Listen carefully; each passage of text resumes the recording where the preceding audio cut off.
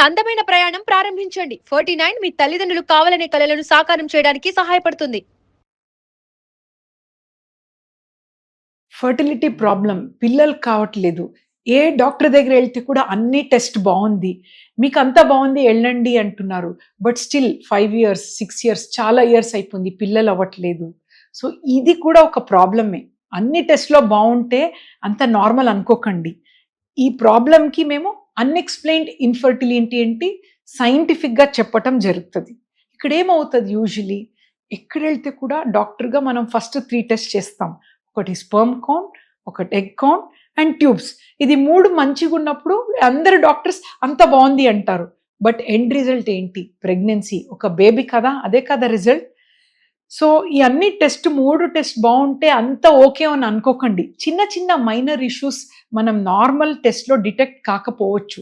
ఎలాంటి ప్రాబ్లమ్స్? కొందరికి ఎగ్ తక్కువ ఉండొచ్చు. ఒక్కొక్కసారి స్కాన్‌లో అర్థం కాదు. కొందరు ట్యూబ్స్ ఓపెన్ ఉంటే కూడా పని చేయదు. కొందరు స్పెర్మ్స్ బావుంటే కూడా పిల్లలయ్యే కెపాసిటీ ఉండదు. Functioning capacity of sperm.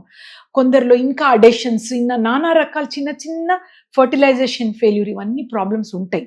So అంత బావుంది. స్టిల్ పిల్లలు కావట్లేదని ఇంట్లోనే వెయిట్ చేయకండి. ఎందుకంటే ఏజ్ మ్యాటర్స్ ఎ లాట్.